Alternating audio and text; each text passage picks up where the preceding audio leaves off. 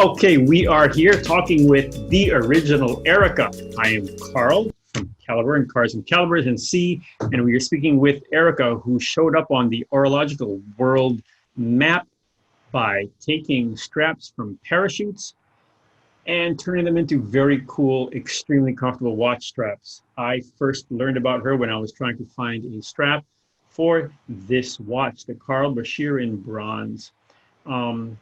I tried to find a strap for it. I found this. I actually waited for this one because it was a special edition of, well, Erika will explain it and how she did it, but it was a special edition because of the red line. And it had, at this point, this kind of a clasp, which you see here, or you see here. And there's a story to that as well, because all of this is repurposed surplus stuff. So we will now introduce you to, if you haven't met her before, because she visited Manila and had a nice dinner with us, this is Erika of Erika's Original. Hello, Erika. Hello, Carl. So nice to meet you again. I know, it's great, isn't it? Kilometers in between, but this works. Yeah, it is. We've met in Basel, we've met in Manila. We haven't met in Spain yet, so we gotta work on that eventually. Yeah. Why don't you tell the guys how you ended up doing this? Because this was not your family business. This was not your anything. How'd you start? Oh, well, it's a great story and I still love to tell it. It's because my husband at the time collected doxa. And for one of his doxas that he just found on the internet, he needed the strap made out of parachute webbing, as the French Navy divers used to make it themselves back in the 60s and 70s. Because they got issued watches, but not a strap. And they used to make the strap out of a lot of different materials, I guess, until one guy figured out that the elastic webbing from the parachute harness was very comfortable and very easy to stitch in kind of a looped strap. And they just used it as a watch strap. And my husband at the time found out, and he said, well, to make this doxa look a little bit more authentic, can you make me one of these straps? And I said, well, I don't know. I've never tried it before, so why don't you find me one of those parachutes and I'll give it a go. So he sourced one off the internet, where you can buy anything, of course. And I got this parachute and I started fiddling around with it. And then I thought, well, I can make just a fixed loop strap. I mean, that's not rocket science, but it's such a waste to not use the other metallic parts, because it gives it really the parachute feel. And therefore I started fiddling around with it. And before I knew it, I came up with this adjustable strap that he started wearing. And he was so happy with it that he posted a picture on his Insta.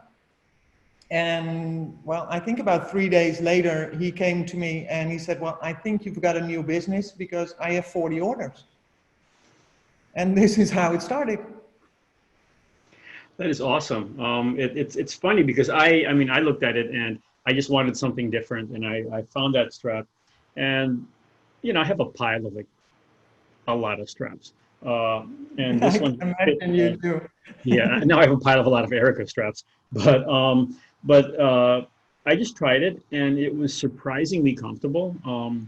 And it's just, you got to get used to it at first, because you put it on in a different way, and it takes you half a day to get the groove of going. And once you do, it's a really, really simple thing.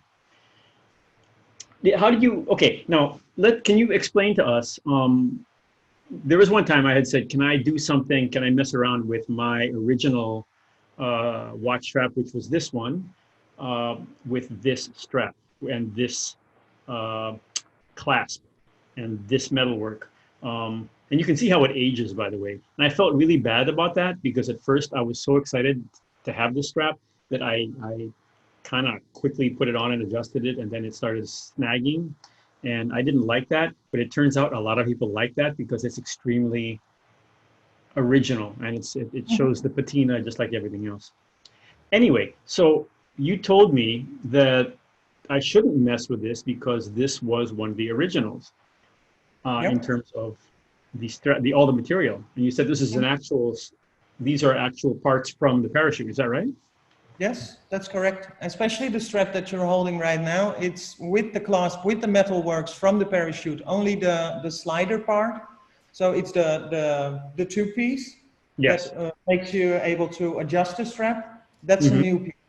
But the small piece, the O-ring, Yeah. it's not really an O, but the D part, the smallest one, and the hook is actually from the parachute. That's awesome.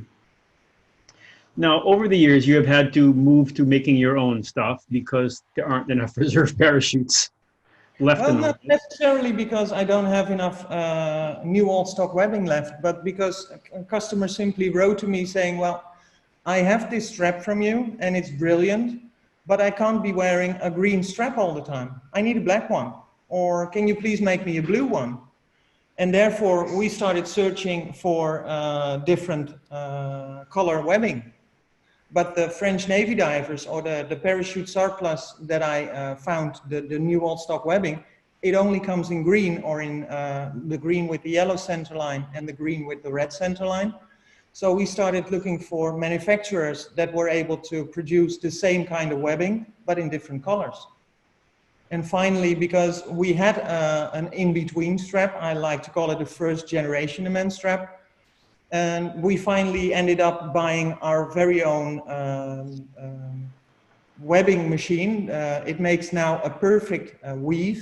Hmm. And this is a ridiculously intelligent machine that's normally used to produce artificial arteries or special tubing for the Russian space program. And we use it to make elastic webbing. On another time, if you would like to invite me again someday, I can show you the machine maybe by Zoom. Just walk you around and Yeah, give yeah, that would be insight great. on how the whole process is going, because it's really like hypnotic to see how these big beams of thread and nylon come together, or nylon threads and latex rubbery inside come together and become strap at the front. It's really interesting to see. Okay, that's cool. Yeah, for people that don't know this, Erica has moving around and expanding. So she's half of her stuff is in one place and half is in the other. The new machine is somewhere else. So we're going to show you the progression from what we have, which is a fair amount of Erica's straps. If you look at this one, this is the original one with vintage parachute strap. Then Erica started producing her own strap, and she would have a Marine Nationale logo on it like this.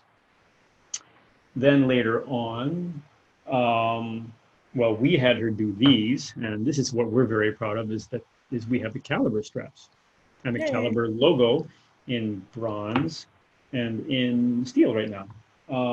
But we've used it was interesting because every time I tried to come up with a reason to adjust Erica's design, for example, with Panerai. Okay, Panerai guys are massive strap guys, but you don't see Erica's straps on a lot of Panerais. And even me personally, I thought that no, it's not going to fit. It's not thick enough. And Erica said, just try it. And I did. And it is now the most comfortable darn strap. And I've given it to people, said, here, try this. He goes, no, it won't work on my Panerai. Said, yes, it will. And so we end up with something like this. And it is insanely comfortable. And you would think that it wouldn't work because you're used to having thick, chunky straps on a Panerai, but this really, really works. And this is what she made for me just kind of to prove a point, which she did. Yeah, I get a lot of comments about, yeah, I see why your strap would work and it's really comfortable, but this watch is so incredibly heavy, your strap won't hold it. And I do exactly the same as I told you, just try. Yep. I'm happy to be proven wrong, but just try and come back to me. And I haven't had one complaint about, no, I'm sorry, you were wrong. This strap does not hold my heavy watch, because it simply does. And even if a watch is really high, I'm wearing a Doxa right now, which is not a very thin or, let me show you. Yeah. It's a pretty heavy and thick watch, but it sticks like glue to your wrist. You hardly even notice you're wearing it. I know it's great. And the other I tend to have a couple watches on, one of which is an Apple Watch, and that is here. And the thing about this having this system, this is the SWCC strap, which we'll talk about in a sec. But the thing about having this here is that it makes it infinitely adjustable, as opposed to most other Apple straps. I have some that I like visually, or I look really cool, but they just don't work, and nothing. I have a pile of Apple straps here, and they're really, really nice. They're just not on my watch. But anyway, okay. That's the same with no matter what watch you wear. With most straps, you're always in between holes. Yeah, and so that's kind of where the problem is, and especially on something like a sport, an Apple Watch or a sport timer or something like that, where you kind of have to adjust it. If you're running, you want it particularly tight, for example, because looseness can cause a 10 beat per second difference, and I tested that myself. It was a 10 beat per second difference. Yeah, when I did a treadmill and then I ran their machine, and we do a lot of geeky stuff for watches, and it's like a 10-15 beat difference in heart rate. Okay. So no matter what I do, I end up going back to that strap. And I like the SWCC. I really like the SWCC. Can you tell us about this one? Because this is really cool. The SWCC stands for SWCC. And how did you end up doing that one? Well, actually, I got in contact with the US Navy SEALs, who reached out to me and said, can you please make us a special strap just for the US Navy SEALs? And it needed to be these colors because they stand for, okay, we come over water, it's the blue. Then the green, we go travel over land. Then we fight, and therefore it's red. The white or silver center line stands for victory, and then we go out again. So more fight, land, and water. Okay. And it's typical colors for the US Navy SEALs. And I made them especially for them. And then, well, it's one of my most popular straps, I guess, because a lot of people just really like the color combination of the strap, don't even know the background why it was designed like that. But yeah. I love it. One quick question, Erika, in connection with this. Is it the SEALs or the Special Warfare Combat Craft guys? The boat guys? The last one, but it's impossible for me to pronounce. But okay. I got in contact with the US Navy SEALs, and they explained to me the whole story, and you're correct. It's the last one.